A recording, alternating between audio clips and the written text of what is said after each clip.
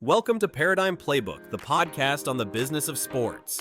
With 50 plus years of experience, Steve Cook shares insights weekly, featuring top playmakers shaping the industry. Get ready to script your next play. Now, here's your host. Welcome to Paradigm Playbook. I'm your host, Steve Cook, alongside my good friend, John Mitchell. John, welcome. Thank you so much for having me this morning in beautiful USA. I've met John at numerous events and occasions. John resides in Australia and runs multiple businesses in Australia. One of the things I admire, John, is your thirst for learning. And I think that's something that we share because I do this podcast because I like to talk, but I do it more because I like to learn, and inviting you on to teach me is my thing. So with that, John, you want to introduce yourself, tell us what you do and what you're passionate about? About 30 years ago, or 33 years ago, I left school and I started going down a medical route to do it in Australia. It's called physiotherapy. And about 29 days into it, I realized the only reason that I was going down that track is because I did okay at school. And that's where the people I respected in gymnastics had all done human sports science degrees or human movements degrees or in those sort of fields. So I went down that while I wanted to coach. And it was 30 days in where you could still get a refund for that degree. And 29 days in, I said, I'm only doing this because I want to coach gymnastics. I still want to have some credibility. And I realized that I just had to step out and take the road less trodden and get serious about that coaching. And so I did that. And in the next year, I did pick up an accounting degree. But since then, I decided to focus on doing the business. And you talk about being curious. I think it was Isaac Walterson that wrote the Elon Musk biography and the Steve Jobs and Albert Einstein. And he was asked a little while ago about what was it that was the unique, or what was the commonality between those people who did extremely well. And his comment was, it was curiosity. And I think that's what you're talking about, is that it's not about being educated or going to university or reading lots of books. It's being curious. And it's being curious about how can we take things to the next level. And sometimes it's actually being curious about something totally different. And then later on, you get a problem. And because you were curious about other things, you can find a solution. So I do try to spend my time surrounding myself with really clever people. And I hope that a little bit of it brushes off on me. I listen to your podcast every week when it comes out, Steve. And I find myself going, no, Steve, giving you an alternate feedback. But I have a fairly large thirst for learning, and more it's based on curiosity. And believe me, I appreciate the feedback. I wish everybody would give me as much feedback as you do, because that is the way I learn. And I'm curious as to, what people like, and the topics I choose and the guests I choose is because someone said, you know who you ought to have on? So John and I have been trying to do this for a few months now, and with his travel in mind, it's been a bit difficult, but we caught John in the good old USA. He's in California. Why don't you share what you're here for and what your interest level is right now today? Yeah, so I just spent 3 days at Salesforce's Dreamforce conference, the most incredible conference ever. There was 50,000 people from all around the world converged on San Francisco, and it was all about hearing where technology is going. And Salesforce is the 1,000-pound gorilla in this space. They put on this conference every year. It's been growing and growing. But it was amazing, the conversations I had, looking at the difference between AI, and I go to some conferences and the AI person comes up and says, look how it can write your emails, or look how it can do things. And I use AI a lot. But what this conference was more unleashing was the enterprise. And it's when your systems, your enterprise resource protocol, your CRM, or a bigger than a CRM, actually starts doing the jobs. I was looking at the Salesforce system, and they have 7 different channels of communication, from SMS to telephone to Messenger, Facebook, Instagram, WhatsApp. And their computer, their agent, communicates with people in those different channels. And then if they have buying signals, it sends a task to the salesperson. But if it doesn't, it just keeps talking to them. It keeps people interested. It meets people where they're at, of their level of interest. And oh my goodness, the speed with which it's moving. So I looked at how are banks doing this? How are veterinary surgeries doing this? How is Pandora, FedEx, Pepsi, how they're using this agentic enterprise? And I think it is moving faster than we expect. It's pretty incredible. There's a lot of people at my level run small businesses, and you think that's great for a big company, but am I ever going to use it? And now all of a sudden you're seeing that AI can do the same thing. It can keep in touch with local families and correspond with people on their birthday or their upcoming birthday. And you've got a birthday coming in 2 months. Have you planned your party? Would you like help planning the party? All of a sudden it's tying into the whole CAC world, and we're all using it, but I think we default to the easy use of AI. And could you write an email for me?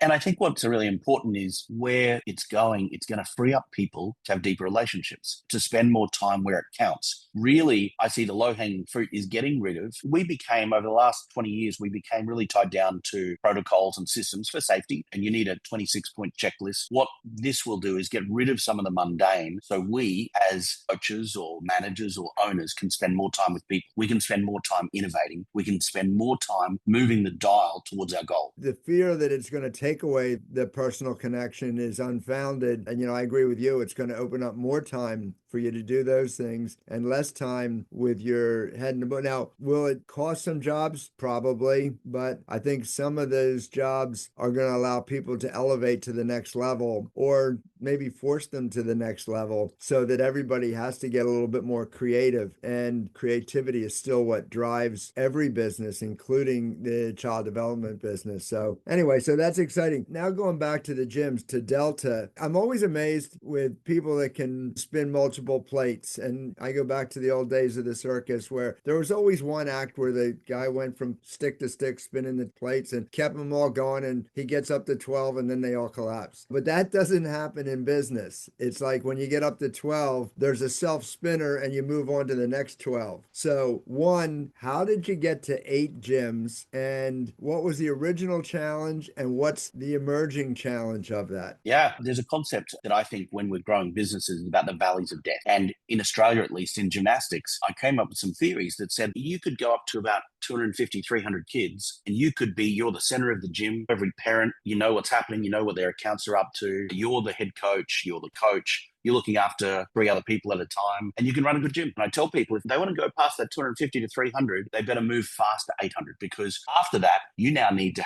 it's about the amount of relationships. So if I'm running my own business, I've got 0. If I've got employ 1 coach, I've got a 1 relationship. If I go to a second coach, it's a multiplying thing, because now there are multiple relationships. If I go to 4 and 5 and 6, and there's actually there's a fair bit of research about this, which talks about the size of teams, and it's up to about 8 where you can run a team. After you go past 8, it becomes really complicated, and you need to put in some middle management. There's a book by Mandy Johnson called Family Village Tribe, and it talks about, there was a company in Australia called Flight Centre, and it talks about how you can move into groups of 8, and then you move into groups of 8, and then you can move into 8 groups of 8 groups of 8. But it's all about what's the size of an enterprise. You can keep a personal contact, and that's really important, because when we talk about the soul of Delta and we talk about the DNA of Delta, is it can't work if it's John, 300 people. We have about 150 staff in at Delta, and it just could never work. I could never spend enough time with that many people. So when Delta started, we were in our first gym, and we ran a really good gym, and we went to move to our second gym. What I found is that the sort of quality dropped off, and I'd go in there 2 days a week, and when I'd get there, I'd go, oh, or there'd be something happen where a coach would say something to another coach, but by the time it gets back to me, then it's an investigation to say who said this and who said that. Whereas if I was in the gym, we can have a line of sight leadership, which is you can see what's happening. You can go, coaches, their body language tells me there's something wrong, so I can go over and talk about it. You can't see that when the gym's down the street. So what we did is we moved from our first gym to the second, the third, the fourth, fifth, and then we started collapsing, because we didn't have any of the systems. We didn't have any of the structure. We were growing, but we were growing in a way that was unsustainable. It was no longer Delta at those other venues. And so it collapsed down a bit. And we went back to, going back to like 1998, we went back to 2 gyms. But this time we wanted to set the system right. In that stage, we were in put up and down gyms. So we would go to a place at a school, and we'd get the mats out and put the bars up, and it was put up and down gyms. And we got to a stage where we said, in the change in occupational health and safety, we didn't think it was worth it as much. So we went to consolidate down to 1 central gym, and then we went to a second gym, and then we started growing again. But we decided this time we wanted to do it right. We didn't do it right. We started growing, and it wasn't until about 2016, 17, I stumbled on a book called Scaling Up by Vern Harnish. I read this book, and I must have read it about 5 times until finally I said, no, I've got to do this. So I started trying to implement the system and failed totally, and actually got in a coach for a year to help us set up the systems. And that made all the difference. It gave us blueprint, roadmap of how we could evolve and develop the organization in a way that got rid of the hassles. And I've got to be really clear, we still have hassles, but our hassles get dealt with in a more structured and ordered way. John and I have that also in common. We refer to books all the time. We're both avid readers. I'm in my 3rd time through the book called The Science of Scaling. And if you haven't read that one, it's another one that as soon as I got done listening to the audio, I ordered the hard copy so I could start taking notes. I shared it with our friend Frank, and kind of blew his mind that it is very different. And there's some things, the author of that book wrote a book that it's easier to 10x than 2x. And that's the story that you're telling. I tell my clients all the time that when you're growing, skip two. So you're running it, you're doing everything yourself, and you want to start a second one. That doesn't take one more person, that takes two, because you have to backfill, you have to move up and backfill two. And then,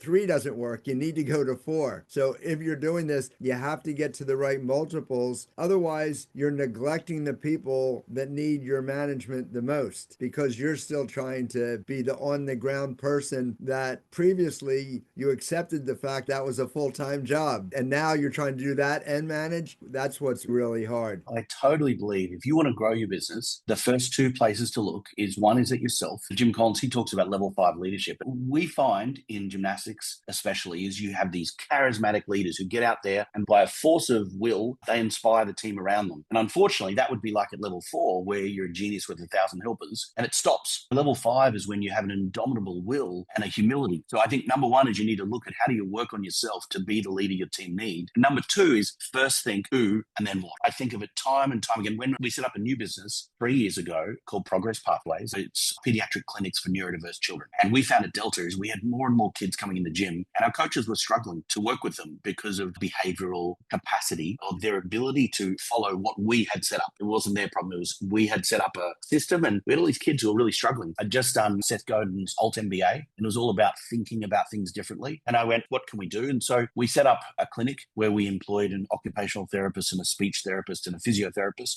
And it has grown. We now have 3 clinics with about 16 therapists across Southeast Queensland. And we're seeing now about 250 children a week helping kids grow up. And that's what Delta's about, is helping kids grow up. But we're just helping a different group of kids grow up, with movement being the medicine. But I look at it because when I had that idea, my first thought was who? And I went to my sister, Rebecca, and said, Beck, this is what I'm thinking of doing. What do you think? Because I couldn't have done it. There's no way I could have set those up. But finding first who and then what, it allowed us to actually move at pace and develop another business at the side without stressing out my first team. Because there are times that people at Delta, they go, John, can we please just not grow? And there are certain people you need to acknowledge that there are some people who are great at doing what they're doing, but they're not the growth team. So in this case, we set it up as a separate business because I didn't want it to stress out our club managers and our senior team at Delta. And so we set it up separately. But that first understanding who you are and then understanding the who of who you need to bring on first. And it's not just at a senior leadership. Megan, my wife, spends her time thinking about our leadership structure at each of the clubs to make sure we've got the right balance of leaders. Getting the right club manager to move to one of our clubs that's in far north Queensland is critical. It's the thing that's one of our company priorities in this quarter, is to get the right person selected and onboarded by January 1, because we know if we get the leadership right, so the rest will go. You slipped over it quickly, but it's so important that you build based on who, not what. And I think that is critical. Gino Wickman, the EOS founder, always talked about the right people in the right seats. And it's not the best people in any seat. It is the right people in the right seats. And that takes a concerted effort. And then, did you ever struggle with giving up a job or a responsibility or delegating? Was that difficult for you? Absolutely. I think we all struggle with the feeling of going, no one's going to be able to do it as well as we can. And it's interesting because I definitely don't think that. But it is a really normal part of developing small businesses. When we started this business, we were cleaners, we were answering the phone. We've done every job in the business. And therefore, we are probably better at it than someone who comes in new. And the challenge is, and with my staff, I talk about is I want them to make the mistakes that I can afford. And we have, our staff have nearly a competition, Lauren's winning, where you make a mistake and it costs $4,000 or it costs $8,000. As owners, we've got to keep control of things that we can't afford, but it's important that we let go. So I now am really good at letting go. There was a Harvard paper called Who's Got the Monkey on Their Back? It was written like 35 years ago. And it's unbelievable. I had staff coming in the office and saying, hey, John, can I just have a minute of your time? And I'd say, yeah, sure. And then they'd give me something and I would go, let me think about that and come back to you. And I'm sure they walked down and said, oh, it's John's problem now. Yeah. Because I was a professional problem solver. That's what I did. And I was proud of it. They'd go, oh, I'm having troubles with the rotations. Let me have a look at it. I'll see what I can do for you. And I was taking the monkey off everyone's back and I became the bottleneck of the business. And it just stopped. All growth stops. when you become that bottleneck. And so I think working out how you transition from you being the bottleneck to you being the facilitator is the trickiest thing we can do as leaders of our own organization. Yeah, I think there's two challenges. One is what you said is nobody can do this as good as I can. True or false, that's a problem. And the second is even mundane tasks we don't want to give up because I hired them to coach. They shouldn't have to vacuum the carpet. Yet you as the owner will vacuum the carpet whenever it needs it and sometimes when it doesn't need it. My former partner on the podcast, Dave, his biggest saying was always lift while you climb. Every time you get a little bit better at something, you need to pull somebody along with you and say, hey, look what I just learned. You need to learn this, because if you're not secure enough to train somebody to replace you, then you shouldn't be in a business that's growing. You have to be comfortable with not only getting people to replace you, but getting people that will outperform you. I was a sales manager for a pretty good sized company. I always thought that I was there because I was the best salesman, but I was only a good manager if I ended up with 10 salespeople that were all better than me. And so it's a perspective on that, but it does make delegation hard. Steve, it's interesting. I don't know who this quote's from, but Megan and I have thought about it many times, is that you're only a good leader when you've produced 3 good leaders. And that changes the paradigm in your head, is going, my job is to produce more leaders. And especially because we follow this family, village, tribe, groups of 8, is you have to be continuously building new club managers and new leaders within your organization. In the book, Leaders Eat Last, Simon Sinek talks about that tribe mentality. And in the corporate circles, he puts a number on 100 and he says, get 100, and the 101st person, you don't know their name. And that's what happens in the corporate world. And I fear that a little bit in the Child Activity Center. If our conglomerates get too big, do we lose a little bit of that if we're not adequately growing the people that are coming behind us? I've always loved the idea that, and this is wherever I run into you, John, I feel you're there for 2 purposes. One is to learn something from everybody that's there, and you've never presented yourself as beyond learning, but you've also always be willing to open up yourself to teaching. I remember the first time I saw you at Jeff Metzger's boot camp, and by the 3rd day into it, you were teaching a class. And I don't know whether that was planned or not, but it was remarkable because it tied in everything. And I learned a lot from that, in that whenever you feel like you have something, it's a responsibility to stand up and teach it. And if you have this mentality that you have to hold something in, you're not developing the marketplace, the world that you want to improve. Yeah, look, I don't know. I think I have got something strange in me that when I'm learning something, I'm immediately thinking how to teach it. And that's how I process. So I do think a lot. I think about how can you get a concept across? And so we're in the people business. So we at Delta, we're only as good as our worst coach on their worst day. So I'm thinking all the time of going, how can I enable? How can I uplift people to get a little bit better? And a lot of it's on passion. And I think that if you get the right people, so we have as our HR strategy at Delta is find great people, give them the tools and resources to do their job, and then share the value they create. That's our entire strategy there. And we only look for people who want to do things better, whether they're leaders and they're designing things, or they're doers and they just want to learn. So we embed it into our flywheel. Is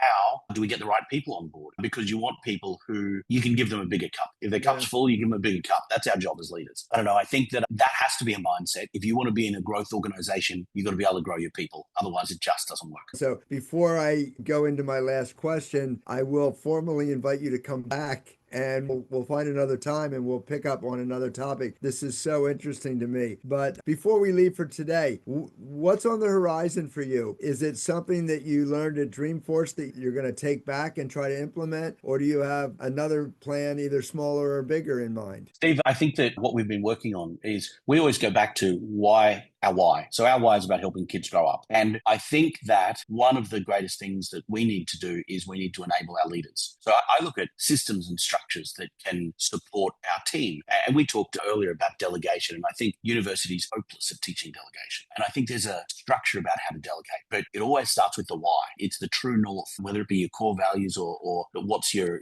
purpose or what's your brand promise. The why is really critical. Then you need structures of delegation, which we call our face chart, our functional accountability chart. And then we talk about a meeting rhythm where we can keep an eye on how we're going in regards to our meaningful measures. But all of it's a part of a system. And I suppose one of the reasons I went to Dreamforce is I wanted to look at is how could I create a one-stop shop to put all of these business concepts we've spoken about into a software or into a program that could enable Delta as our organization to do things a little bit smarter, a little bit faster. How can we support our team a little bit better to make a difference? How can we remove the guff, all this compliance work that's come into our business? Our people love working with kids. Our job is to help leaders be better leaders so they can help coaches be better coaches so we can help kids grow up. So that's probably my passion at the moment, is trying to look at how do I create an entire ecosystem of support so we can make a bigger difference in the world with the kids that we're coaching. We're going to change the world one kid at a time, being an amazing hour of power every time we walk out there into the gym. So that's probably what I'm looking at the moment. I'm looking at what is the biggest companies in the world doing? What are the small companies doing? How can we do it smarter? And how can we do it better? There's so much to be said for that. You're improving the world one child at a time. And unfortunately, the need is growing one child a day. So, the need will never go away for the fix that we provide. So I do the same thing. If I can help people start or grow their business so they can take care of more kids, that's my approach. And it's why I do the podcast and write the books and do everything that I do, is just so that we can have an effect on the world. We'll dig more into that. As we sign off here, John, if somebody wants to learn more about you, is there a website for Delta, or are you on LinkedIn? LinkedIn is probably the easiest one. Just find John Mitchell.